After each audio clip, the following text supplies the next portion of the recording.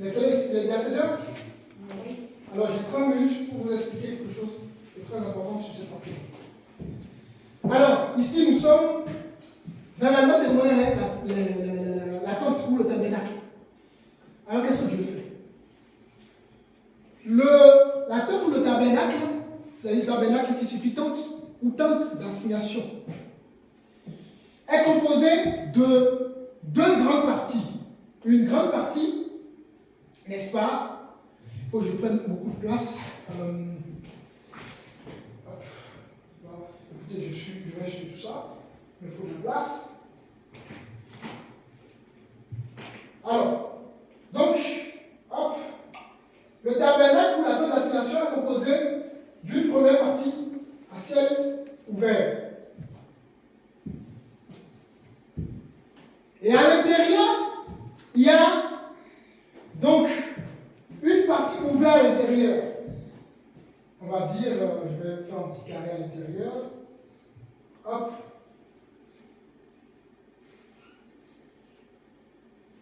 Et cette partie-là, n'est-ce pas, elle est ouverte dans la première partie. Et la première partie, on appelle ça le parvis. C'est bon jusque là? Donc, parvis. Et cette partie intérieure est coupée encore en deux. Alors, on va voir ici, c'est le tabernacle à proprement dit. Elle dit que dans cette partie, nous aurons le lieu saint et le lieu très saint. Merci beaucoup. Je rappelle qu'il y a un rideau ici, au niveau du parvis. Et lorsqu'on arrive là, nous allons voir, n'est-ce pas, l'autel d'Holocauste.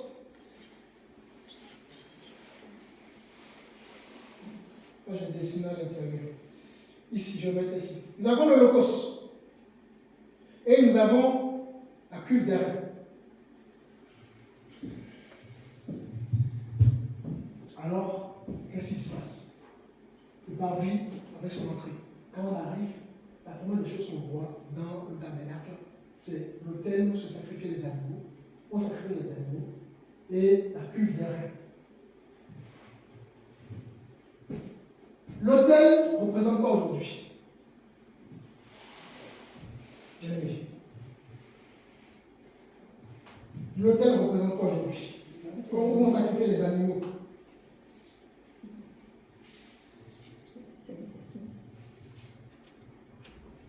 Je vous écoute, Amélie. On n'a pas compris la question. L'autel où on sacrifiait les animaux représente quoi aujourd'hui? La croix? Yes!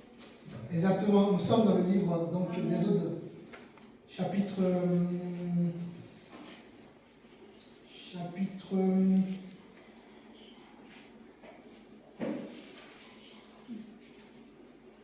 27, le premier verset. Tu feras l'autel de bois d'acacia. Sa longueur sera de 5 coudées et sa largeur de 5 coudées. L'autel sera carré et sa hauteur sera de 3 coudées. Tu feras aux 4 coins des cornes qui sortiront de l'autel et tu le couvriras d'airain. Amen. Donc, vous liserez après à la maison. Donc, c'est l'autel ici. Donc, qu'est-ce qui se passe? Les prêtres qui étaient des sacrificateurs de la tribu de Lévites, quand ils arrivaient ici, c'est ici qu'ils sacrifiaient les animaux. Aujourd'hui, l'autel, c'est la croix, l'œuvre de la croix. Et ensuite, il y avait la cuve. Dans la cuve, il y avait de l'eau. La purification, ils se lavaient d'abord, avant de pouvoir sacrifier les animaux. L'eau, c'est quoi? C'est la parole, la purification, les enseignements, la sanctification. Alors, qu'est-ce qui se passe? Avant de sacrifier les animaux, il fallait se laver. Tout ça, c'était une purification. Nous savons que la croix, c'est Jésus-Christ. Alors, suivre le Seigneur, il faut qu'on porte, n'est-ce pas, notre croix. Et notre croix, c'est quoi? Notre croix, Ça, c'est le voilà. Abandonner notre vie ancienne pour la nouvelle vie. Et on doit se laver régulièrement les mains par la parole. C'est pour ça qu'un enfant de Dieu ne peut pas s'éloigner, n'est-ce pas, de la parole. Amen. Première chose. Il y a tellement de choses à dire, mais vous avez bien compris l'essentiel. Maintenant, il y a la porte, ici. Donc, avant de rentrer dans les autres lieux, il y a la porte. Et cette porte-là préfigurait Jésus. On a compris, hein? On se lave les mains, on se purifie. Nous sommes toujours dans le verset, disons le verset 16. Pour la porte du parvis, il y aura un rideau de 20 C'est bon. Donc, pour la porte, alors prenons le livre de Jean. Jean 10, 7.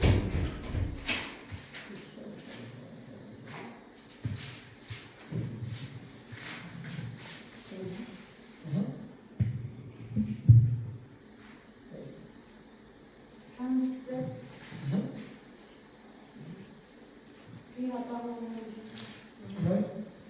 Jésus leur dit encore, en vérité, je vous le dis, je suis la porte des brebis. Tous ceux qui sont venus avant moi sont des voleurs et des brigands. C'est bon.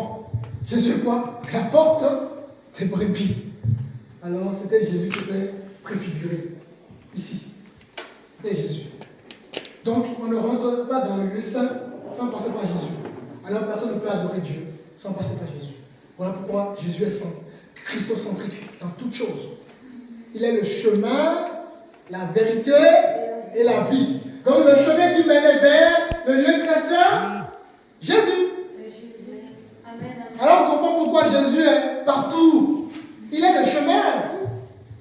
Donc on ne peut pas louer Dieu sans accepter Jésus, Amen, amen. sans parler de Jésus, sans vivre l'évangile de Jésus. Il est le chemin, la vérité et la vie. Amen. Jusque-là, ça va?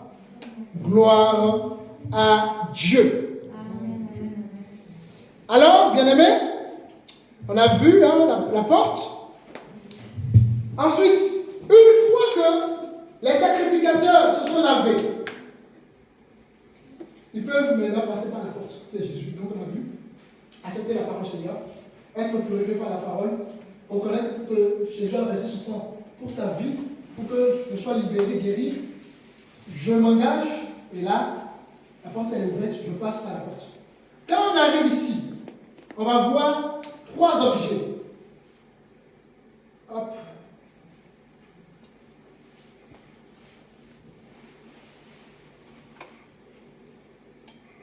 Voilà. Et à droite, on va voir la table des pains. Où il y avait combien de pains? Quelle idée de combien de pains il y a là-dessus? 3. Quelqu'un d'autre a une réponse?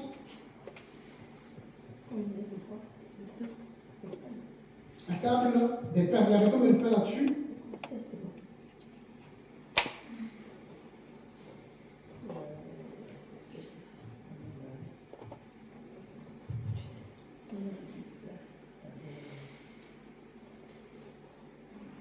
Il y avait 12 pains. En 2 rangées. Il y avait 12 pains en 2 rangées. Et qu'est-ce qui se passe? Les 12 pains, on l'a vu, c'est quoi? La communion. C'est aussi le chiffre 12 du gouvernement. Donc ça représentait les 12 tribus d'Israël. Les 12 mois du peuple Israël. Le chiffre 12. Alors 12 est le chiffre du gouvernement.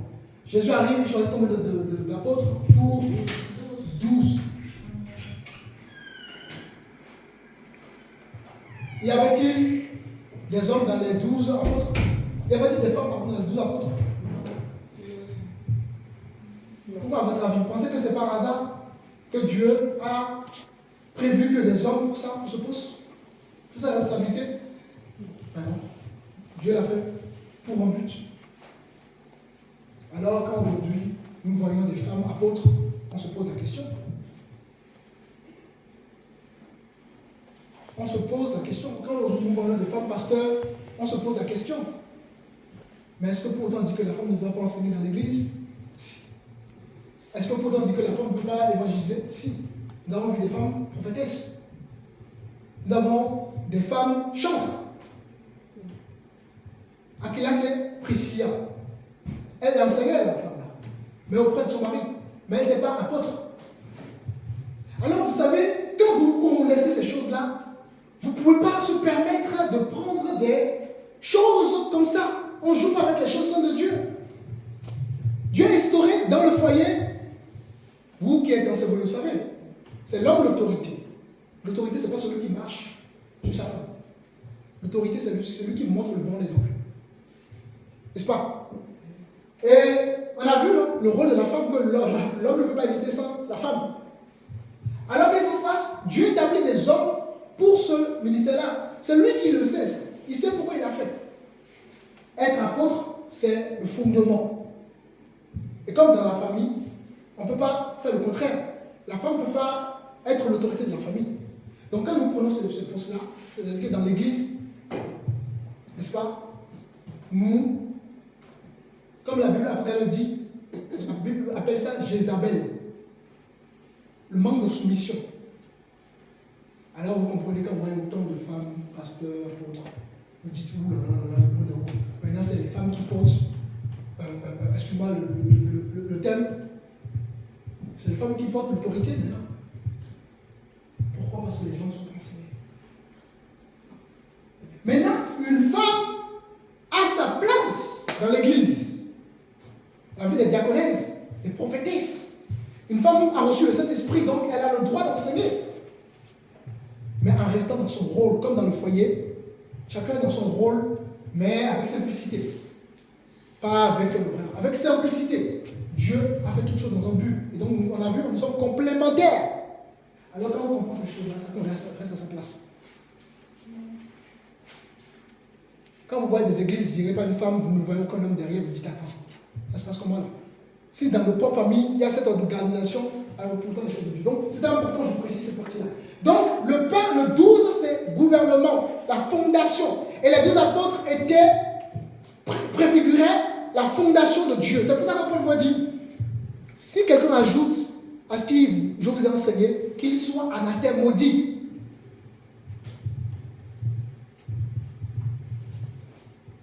On ne change pas les règles du Seigneur. On ne change pas la loi de Dieu. Encore une fois, je dis bien, la femme, comme c'était dit, la femme ne doit pas intervenir dans l'église, c'est faux. Il faut être équilibré. Nous avons vu des femmes, Déborah, des prophétesses. Dieu a utilisé beaucoup de femmes dans la parole du Seigneur. Elle a reçu le Saint-Esprit. Mais juste, elle doit être dans son rôle. Je dois être dans mon rôle et nous sommes complémentaires. Ça, l'Église. Alors, le chiffre 12 de gouvernement. Ensuite, on va voir, n'est-ce pas, dans le lieu, on est ici maintenant dans le cadre de lieu saint, on va voir aussi l'autel ici. Et c'est l'autel des parfums, sacrifice du parfum. Et le parfum, ça symbolise l'odeur. Et cette odeur-là est agréable au Seigneur. Alors, ça représente quoi? Notre vie de louange et d'adoration. C'est pour ça qu'il y a une puissance dans l'adoration et dans la louange. Amen. Tout ça est symbolique. Était préfiguré quelque chose de prophétique. Et ensuite, nous allons voir les chandeliers. Il y en avait combien de chandeliers? 7. Et les chandeliers, j'aurais aimé prendre des versets, mais on a comme le temps avance. C'est quoi le chandelier? La lumière. La lumière, c'est quoi? C'est la parole. Christ, notre lumière. Alors ça préfigurait l'Église. La Bible dit que l'Église, n'est-ce pas, joue la fonction d'ambassadeur. Donc en tant qu'Église, on a compris, l'Église, c'est notre vie. en tant qu'Église, je dois impacter et non être influencé par l'extérieur. Quand vous voyez le rap dans l'Église, dans le but, n'est-ce pas, d'attirer du monde, c'est pas normal. Les gens font tout, ramènent tout du monde. Dieu nous a sortis du monde ou pas? La Bible déclare que celui qui a mis du monde est un ennemi de Dieu. Pourquoi nous voulons faire le mélange? Nous avons Dieu d'ordre, pas de mélange. C'est très important, frères et sœurs. Quand on dit aux gens souvent, Dieu n'est pas Dieu. Je vais vous donner l'exemple simple. Dieu, tu es une servante du Seigneur ou un serviteur du Seigneur. Et pour faire les choses, tu es dans une équipe où tous les gens qui t'entourent sont dans le monde. Ils n'ont pas accepté le Seigneur. Vous pensez que Dieu peut accepter ça? Parce qu'on ne touche pas aux choses saintes. Les gens qui ne sont pas dans le Seigneur, comment tu penses qu'ils auront la vision comment pour t'aider dans la mission du Seigneur? Donc on fait souvent trop de mélange parce que nous ne connaissons pas Yahweh, le Dieu de la Torah. Et un chrétien qui n'étudie pas la Torah, c'est un chrétien qui va complètement s'égarer. Parce que Dieu n'a jamais changé. Alors, je vais très rapidement pour voilà. Ensuite, il y a aussi une porte pour arriver au lieu très saint, n'est-ce pas? Il y a une porte ici. Et ici, il y avait quoi dans le lieu très saint? L'arche de l'alliance. Ici, il y avait à l'intérieur, n'est-ce pas? Dans l'arche, il y avait les 10 commandements. Très saint. Et qui rentrait ici, dans ce lieu-là? Le grand prêtre. Il n'y a que lui seul. Et combien d'années? Une fois. On a vu, hein? Une fois, il venait ici. Pour faire quoi? Sacrifier des animaux. J'ai dit le sang des animaux. Pour expier son péché et le péché de son peuple.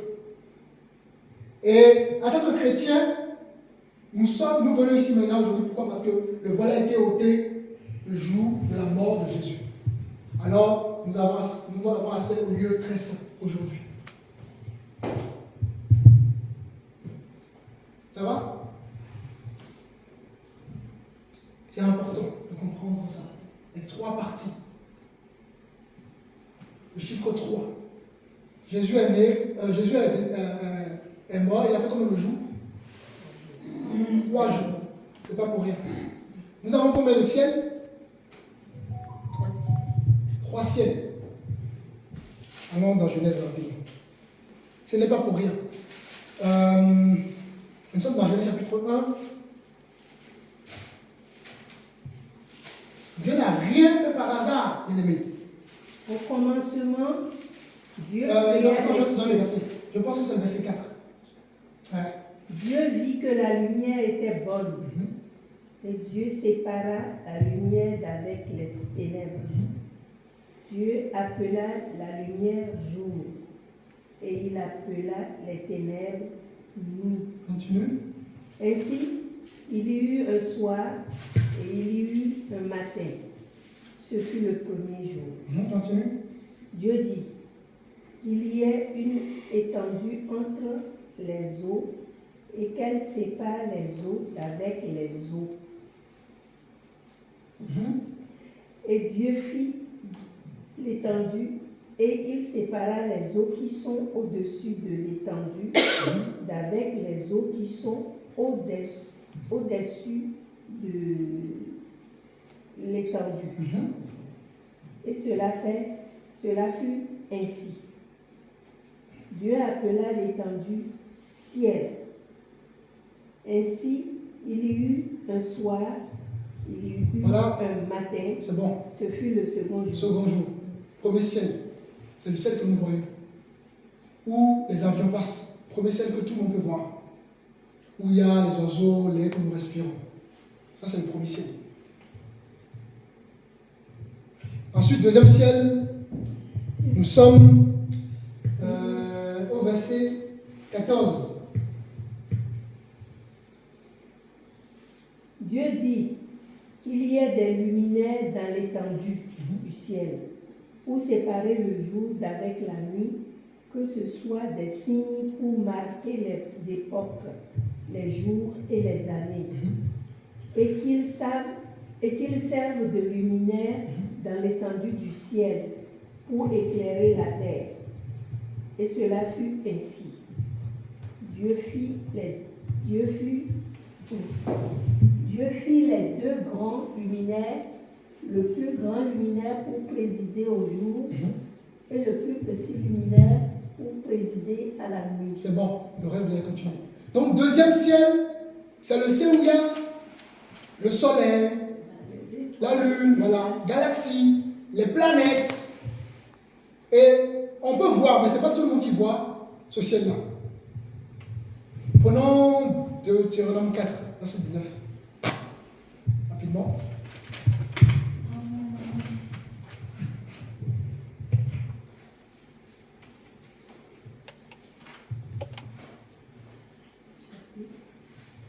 Chapitre 4, verset 19.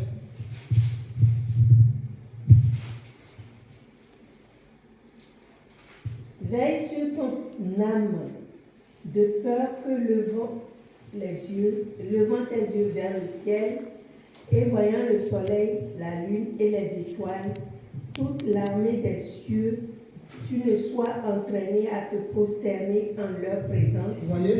Et à leur rendre un culte. Voilà, deuxième ciel. Donc, Ce sont des choses de l'Éternel. Amen. Les gens qui louent Luna, la déesse de la lune, le soleil, vous voyez? Et ça, c'est, n'est-ce pas, le deuxième ciel. Là, on peut voir, mais il y a quelques rares personnes qui, n'est-ce pas, pénètrent cette partie. Et le dernier ciel qui est le ciel spirituel, le temple de Dieu. Amen. Alors pourquoi Dieu crée trois ciels? Et le tabernacle avait trois parties. Ce n'est pas pour rien. L'homme, trois parties. Ce n'est pas pour rien. Jésus ressuscité trois jours. Ce n'est pas pour rien. Nous sommes, alors rapidement, fait un tour dans le livre de Deutéronome. Deutéronome chapitre 10. Verset 14. 10, le verset 14.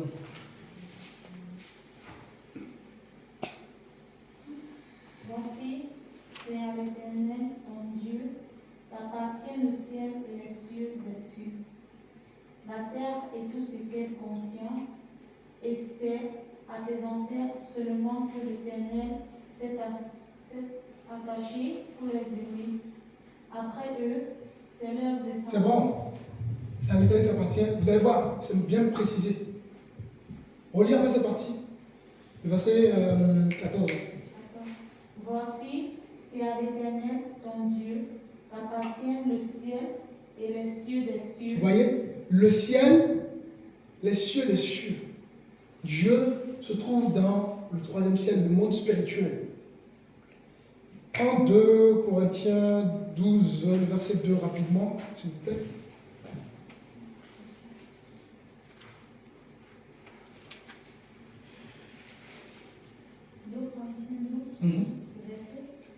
Le verset 2.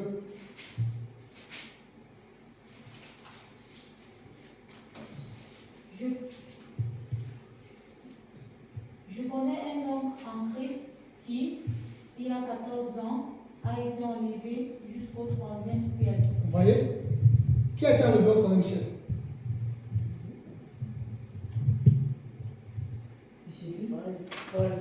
Enoch. Voilà. Et vous voyez, il y a trois. Voilà, tout à fait. Tout ça encore, c'est prophétique. Trois enlèvements. Éphésiens 4, 10. Pour cette parcours, toujours pour le ciel.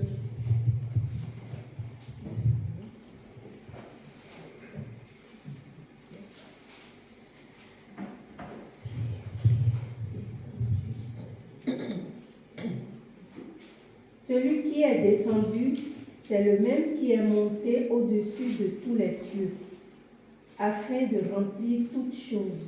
Voilà. Bon. Vous voyez, les cieux, donc c'est au pluriel ici. Donc, il y a trois ciels qui symbolisaient le tabernacle. Et c'est pour ça aujourd'hui, n'est-ce pas, nous allons. La finalité, c'est le lieu saint des saints, donc le tabernacle céleste. Le millénium serait, n'est-ce pas, le royaume de Dieu sur la terre, mais après, pour l'éternité de l'éternité, nous dit la parole du Seigneur. Voyez-vous? Et donc, il y avait d'autres choses à dire, mais je vais zapper un peu ce que je voulais. Donc, voyez-vous qu'il n'y a rien par hasard, que tout est vraiment fait exprès pour nous amener quelque part. Et nous sommes là, on est toujours dans la 5e dispensation. Et évidemment, 6e dispensation que nous n'allons pas voir, c'est le temps de l'Église. Et 7e, c'est quoi? Quelle idée du 7e? Après le temps de l'Église, il y a quoi d'autre? Il y a comment?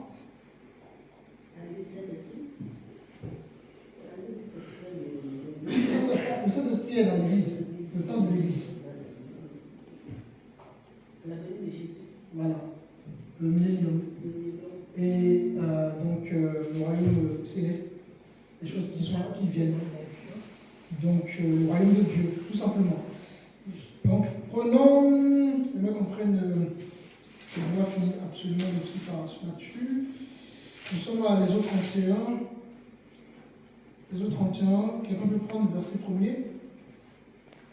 L'Éternel dit à Moïse, sache que j'ai choisi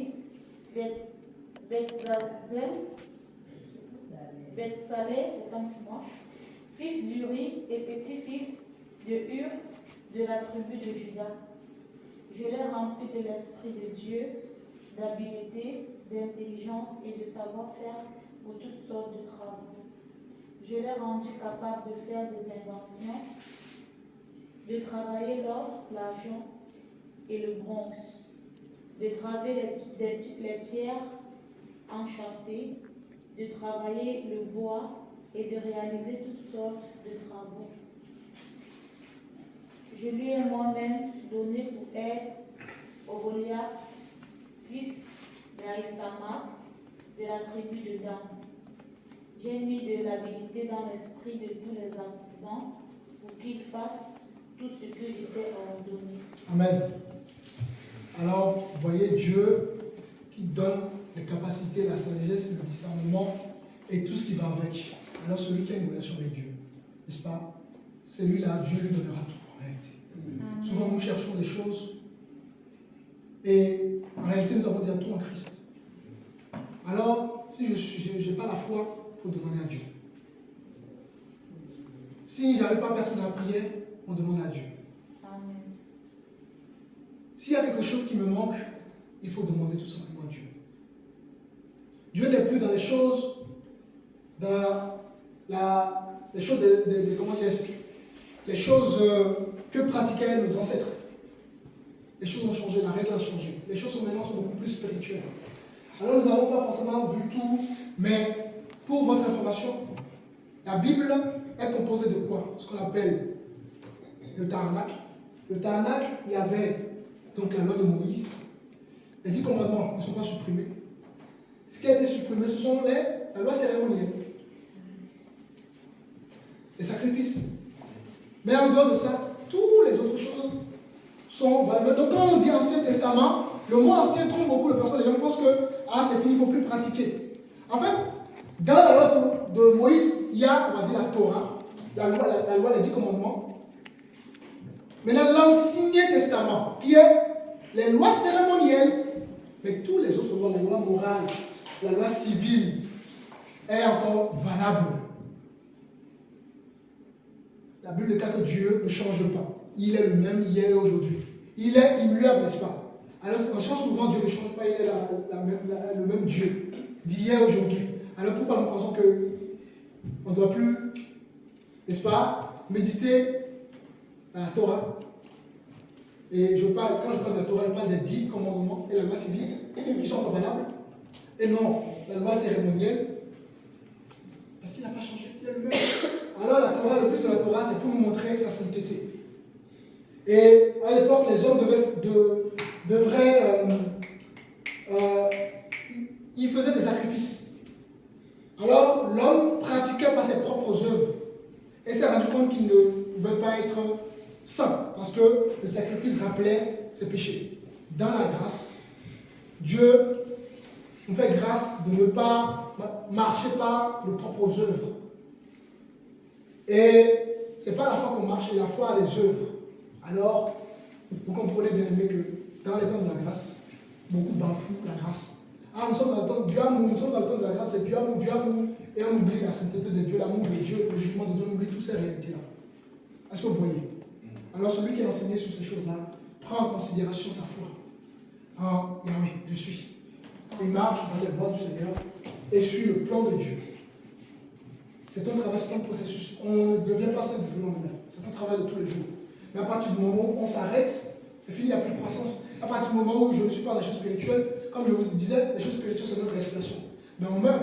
Beaucoup meurent spirituellement parce qu'il n'y a plus justement ce processus-là de transformation.